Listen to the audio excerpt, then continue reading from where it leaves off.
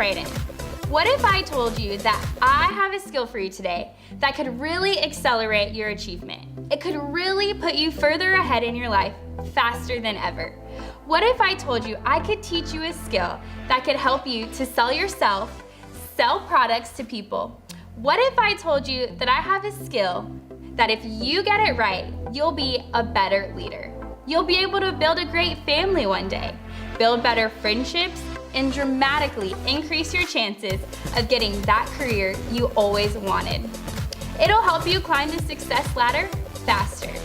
Well, if you're interested in any of those things, which I have no idea why you wouldn't be, you're gonna want to really listen to what I have to say today. Now, I know you guys aren't dumb. You probably saw the title of this video somehow. But if you didn't, today's video is all about listening. I'm guessing some of you are thinking, that does not sound like a ton of fun. Well, today I'm here to attempt to change the way you think about listening and show you just how important it actually is. But before we do that, I want you to think back to a time that someone didn't listen to you.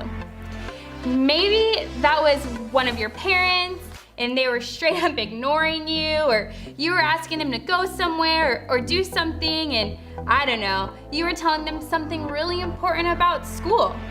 Maybe it was a friend of yours and you're pouring your heart out and telling them about something that you were really going through, something hard, and you could tell they weren't listening to you at all.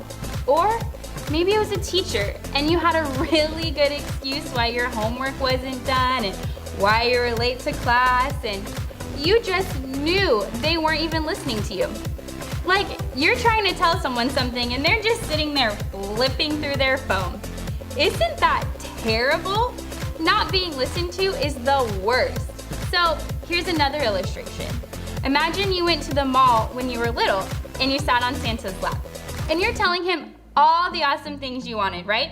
You're like, I want a skateboard, or I want a new phone, I want a magic unicorn. And he was just like, yeah, all right, kid, next. Not being listened to is the worst. So here's what we know.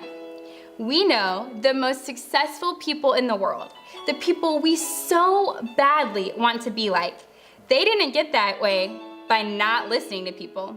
In fact, just the opposite is true.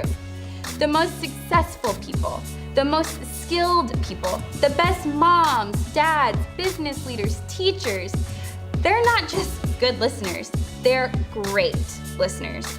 Here's the thing, listening is hard work, don't get me wrong, but if you get it right, you'll quickly be noticed. So let me give you a few easy steps to being a really great listener. Then I'll let you go ahead and actually practice these things. Because after all, if you don't actually practice, you're never gonna get good at it. And you'll never experience the benefits of it. So, here we go. The first tool is this. Look at who's talking. This might seem obvious, right? But as a good friend of mine always says, common sense isn't always common practice. You know, I think the problem is we don't actually have to look at someone to hear what they're saying, but to truly listen to someone, we do. Have you ever been talking to someone and it looks like they're not even paying attention to anything you're saying?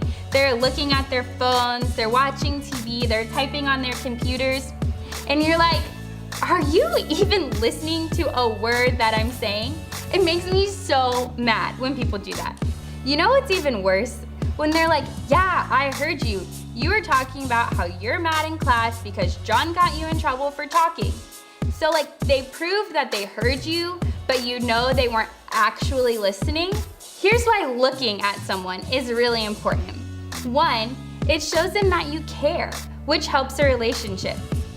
And two, it helps you to pick up on what are called nonverbal cues. So what are nonverbal cues? They are the ways that people communicate besides the words that are coming out of their mouth. For instance, let's say you're telling me about how you're mad when John got you in trouble in math class for talking.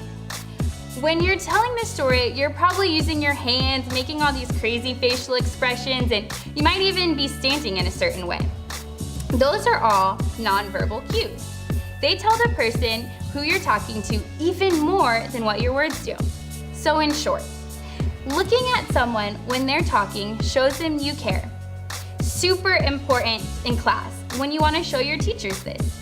It shows them that even if you don't, that you care, which will go a long way.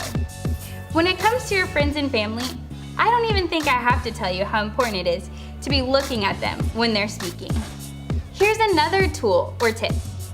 Listen without assuming you know what they're going to say. Have you ever had someone that tries to finish your sentences all the time? Ooh, I can't stand that either. Especially when they're wrong, which, let's face it, they usually are. Like, you can't even get 4 words out of your mouth without them trying to intercept your sentences. Here's why we hate that so much. Because when people do that, they are making the conversation about them, about how much they know, about how much of an expert they are.